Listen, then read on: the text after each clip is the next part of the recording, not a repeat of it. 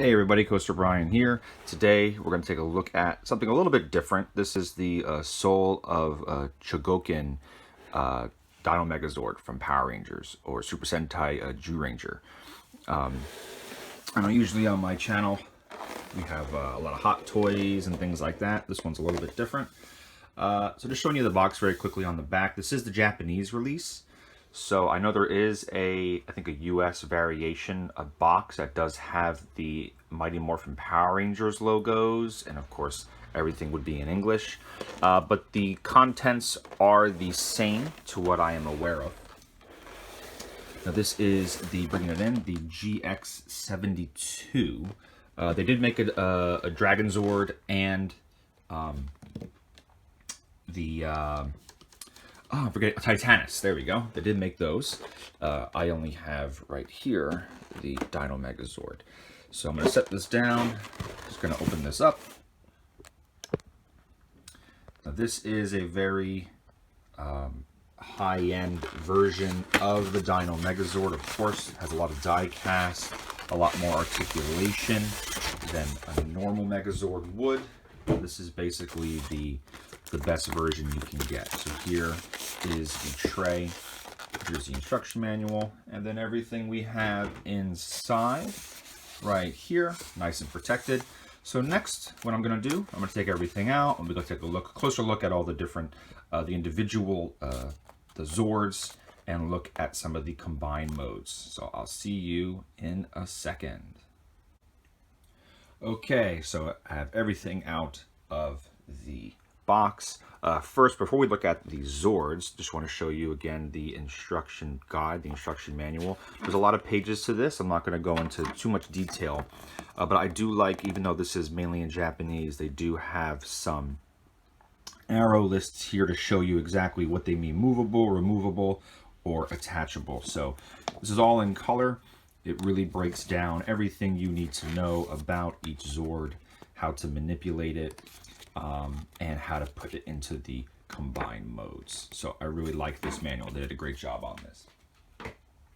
Now again, everything you have here, of course we do have the sword. I will put this to the side for now. I will show you more detail of this soon, but we'll just focus on the individual Zords first. And we will start with the Pterodactyl here. One amazing part about this set is that there are no stickers. Everything you see is painted on, or like here you have the metal, the die cast, all the little details. They don't hide anything. Like, you know, usually you don't really see the backside of the Pterodactyl, but they still have those paint applications there. Speaking of these, of course, these would normally be used as like the feet, just a light friction fit on the Pterodactyl. I'll take those off, put those to the side. And the one great thing I really like about many Power Rangers Super Sentai items is that even when they make newer versions of something like the Dino Megazord, the transformations to put the combined modes together they usually follow the same formula. So I do like this very much. I'll just set the Pterodactyl down to the side. Next, we'll take a look at the Triceratops. Now, one cool thing with the Triceratops here is you can see that the kind of base of it is very wide. These are actually movable to get that wide tank stance. Also, the treads move up and down. So you're going to want to move those to make it slimmer when you put it into the tank mode and the Megazord mode. This one's really great. The head does move around. That's going to come in handy for the Megazord mode when you want to give it some stability in the feet. The mouth does open. Each horn does come out with a metal chain, which is great, like you have seen in the show. Also, again, here you have some, this section here is mainly used as the foot for the Megazord. This does move, of course, the tail, everything. I also do like how on the back, this could also be for stability as well, but this is the combiner port for the Megazord mode, but you can kind of cover that and hide that a bit. So I do like that. It's not just out in the open. Here's the underside. But yeah, this is really, really great. The Triceratops is my favorite, so I think this is by far the best version of the Triceratops. What I'm going to do, I'm going to go ahead now and just show you. I'm going to squeeze these together and just put these up. And I'll just leave it like that for now. Next, we'll take a look at the Mastodon. So again, these are all painted on. There are no stickers. And as you can see, one cool thing with this version is that they have this kind of cover that so you don't really see the fists, you don't see any of those Megazord parts. Here, the trunk, really nice and movable. Now mine is moving up and down like this because on the bottom you can see right here, I don't have it where it plugs in. You can just flip this down and it can tab in.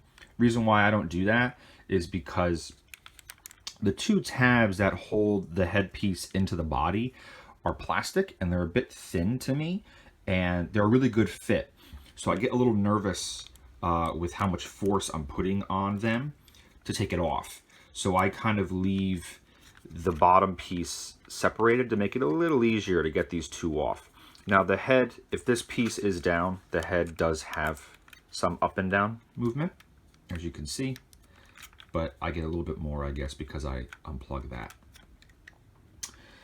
Now, just to go into more detail with this, again, I'm going to unplug the head. Be very careful. There we go. I'm trying to go as light as, there we go. So you see that it's a little plastic pieces, and I'm not the biggest fan of them. So that's why I kind of leave that bottom unplugged. I'll take this off. But yeah, one really cool thing with these is these covers, and I will show that in a second. But all the feet are die cast, which is great. This is a really heavy piece, which is a good thing and a bad thing going forward. And I will talk about that more.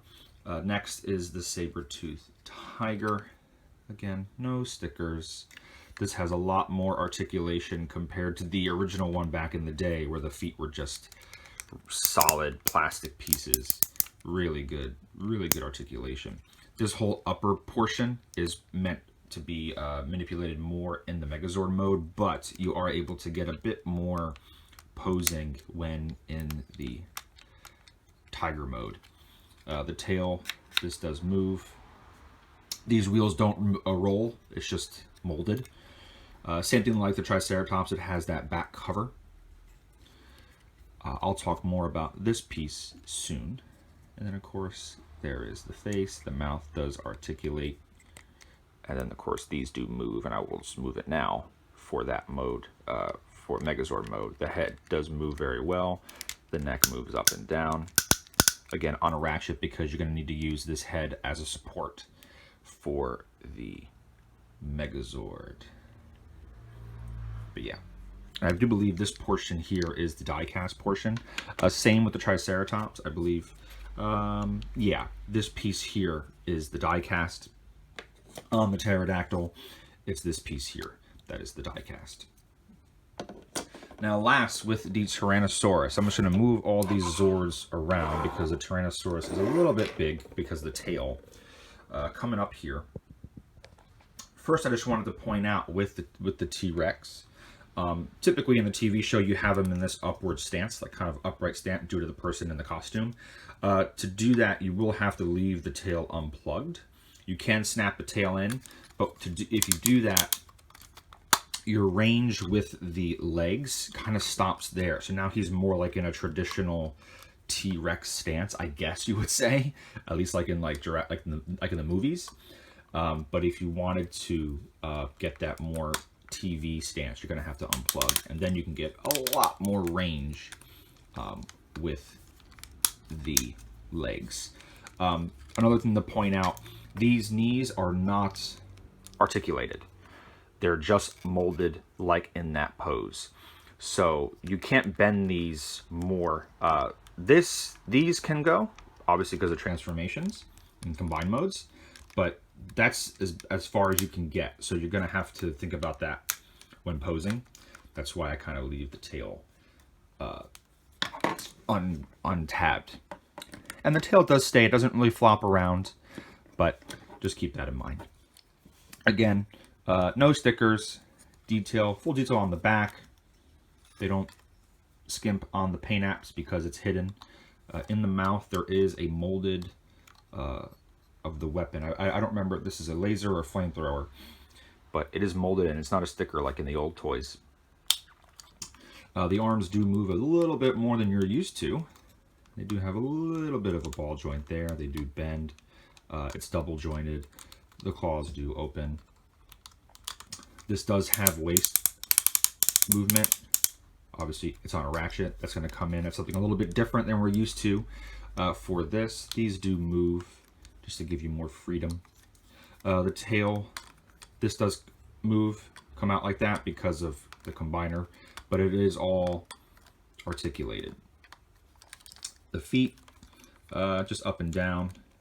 These do bend, again, because of the combiner modes, which you'll see very soon, and these move just to cover up those portholes.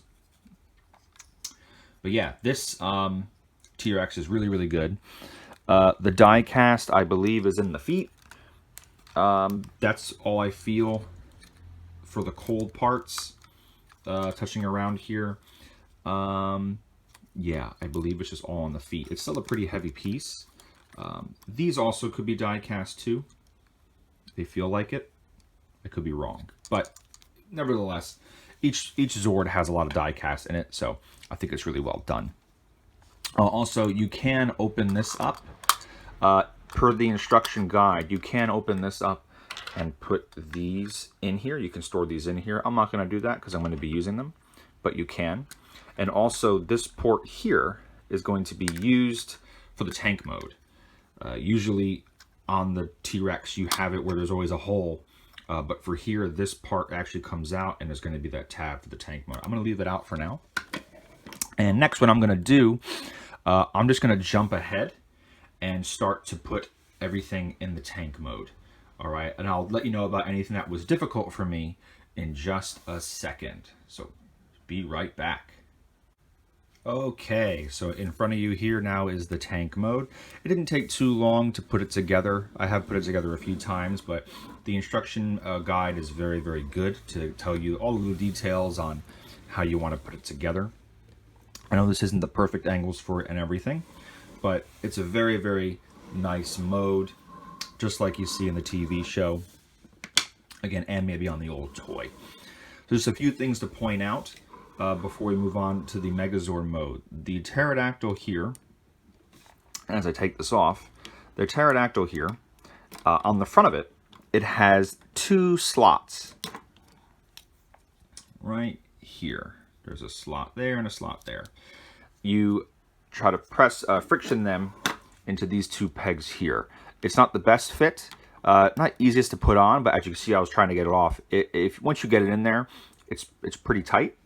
Just be careful. These are just a little bit of a plastic. They're not really a really strong plastic, but they get the job done. And these are on just the feet of the Mastodon, and they just fold away. One other thing I want to point out to you is the Mastodon, the arms itself, and I didn't show that to you before. And then after, we will check out the Megazord mode. Again, these are the Mastodon. This is the Mastodon, the Megazord arms. So here, I can just show you very quickly with one of them. This is, you remember seeing this as how the normal Mastodon body looked. So what this does is when you want to move it, you take this out, this all comes up. Then you would turn out that shoulder piece like you would normally. And then this piece, it just kind of folds onto itself and then clips right in there. So it's very hidden. You can't tell. It's a very, very good engineering on the Mastodon body. It's really, really good. I like that a lot. So putting that down. Now what I'm going to do, and I'll do this on camera, I will just now put it into the Megazord mode. So one other thing I didn't point out before was that these pieces, the leg pieces on the T-Rex do move. You're going to want to move those over when you put it into Megazord mode, so you're able to fit both of the legs without having them hit each other. So I'm just going to stand him up. I will not do it like the TV show, just because this thing is very heavy. Before I continue that, let me just bring the camera up here again. This piece does get pretty big. There we go. So you're going to want to make sure these are flush back against the leg pieces, just so that you have that full... you can get a little bit of bending here, but you want to make sure those are back so you know it's going to be stable. Let me move this tail up. Again, one thing with this, I will say, when you're putting it together, it is going to be a bit flimsy everywhere. So just have patience when you do it. You're going to want to move this forward. Yeah, take your time, be patient. So with the Triceratops, the body, this will be flush. With the Sabretooth Tiger, just move the head. Now, like I mentioned before, this piece here acts as a heel for the Megazord. So you're going to want to take that out, and it's going to be really good support. So now putting this down, you can see it's starting to take shape. You will mess with, when it comes to these, when it comes to posing and making sure everything is going to be stable, I always just push the feet down, push the head down a little bit, and that's really going to give it that balance and keep it there. All right, next I'm going to put on the Mastodon. So now you will see with this too, so moving the T-Rex tail down. There's no back clips, but the shape of this, it does fit in perfectly. So when you put it in, I mean, very easy, you know that's where it goes. And then just from the sides, you clip it in. Very simple. The hands, I will rotate around. There we go. This, mine, I bought this second hand. This one has a good upward ratchet. This one doesn't. The right arm of the Megazord doesn't have a downward, you can hear it, but this one, very loud. This one, not so much. I may want to open that up and fix that. All right, let me get these hands of the T-Rex flush. Before I do, going to the back, very quickly, you have that peg. We're just going to peg it right in, nice and easy. This may be leaning back a little bit, but the weight of the Pterodactyl with that front shield die cast will balance it out a little bit. Just putting on these while I'm at it. So now I'm going to go ahead, let me move these down a little bit, open this up, take down the T-Rex head, put that there. Now with the Pterodactyl, you will see here there are these two pegs here, and there is this kind of slot here. That's where the Pterodactyl makes all of its kind of contact points. So with the Pterodactyl, put the head in, fold the wings. Now with these two, I'm going to take these down. And again, that's the other contact point, is this piece here. You can kind of see the small white tabs right there and there. So first, very simply, just line up the tabs with the pegs, and then you just push in. And there you go. So there, and then last but not least, of course, like with every Megazord, usually people wait to put out the kind of crown horns. And there we go. That is the combined Dino Megazord. I will be honest, this is probably my first time having this where it's not really floppy or leaning in a certain way.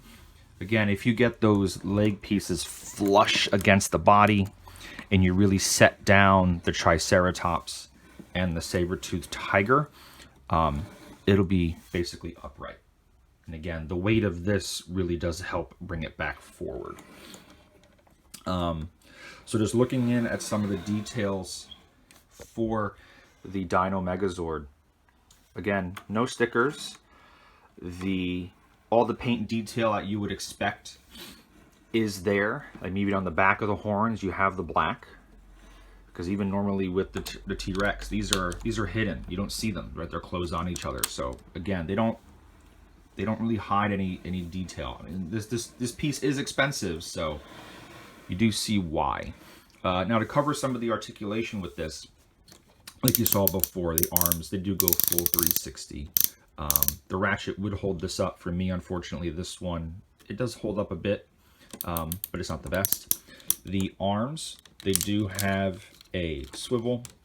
Also, they do have, going to the side, they do have a little more than a 90, but again, it's stuck from the shoulder armor. The hands, they do rotate. Also, the fingers are articulated. Each individual finger is articulated at the knuckle. So you can do that with each finger, right? And the thumb's on a ball joint. The head does rotate 360 degrees. I'm not going to do that. I don't want to scratch any paint, but you can. So that's a first, I believe, at the time of this release. You saw with the T-Rex, it does have waist articulation, but what you need to do, because the waist obviously is here, but we have the tail connected, you're going to want to unplug the tail. It's in there very well. There we go. You want to unplug the tail. I can leave it a little bit loose or pull it back. And then that is how you get your waist articulation. Oh, there goes one of those. That's okay. That's how you get that. And of course, just watch out for this piece here. It may rub, as you can see, rub up against the body there. But you can get as far as you can go without the pterodactyl hitting the leg piece. And the pterodactyl is not connected. It's not going to hinder anything and make it pop out, but it does connect right back in. Let me put this back. So yeah, I know that's obviously a first at the time for this Megazord. Also, picking this up, you do get the leg. And the cool thing is with how the leg works is that you can get a full 90 with each leg. Also, like I mentioned before, the knee does bend about that much. You can get a little bit of forward again with the foot, but that's kind of due to this. All right, and then for the ankles, because of the bodies, how they're open, you can get a little bit of side to side. And when you do, coming down here, when you do, you're going to want to use usually the heads, or like on a Sabretooth Tiger, the feet, to hold that support. So, like if I go wide here, you know, with the Sabretooth Tiger, you may just want to push the feet down, rotate the head down a little bit. Same with the Triceratops, just kind of rotate the head, and it will stay. This piece is very, very posable and articulated, and that's kind of reflected in the price point.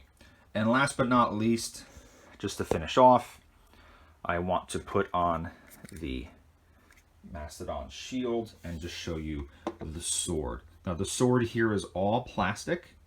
It of course has that chrome finish, nice molded detail here, even a little bit of molded detail in the handle.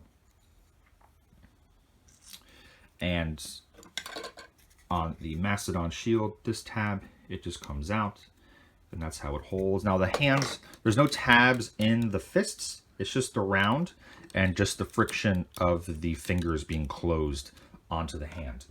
So you just slide these in basically and just kind of pressure them in to hold. The hands will probably pop open when you do that, and you're just going to want to push it back a little bit, but they'll stay. It's not going to fall out. It's not really going to go anywhere if you move the thumb over. And just last but not least, to put the sword in, and there we go. There you have it. There is you can see the sword's pretty high up.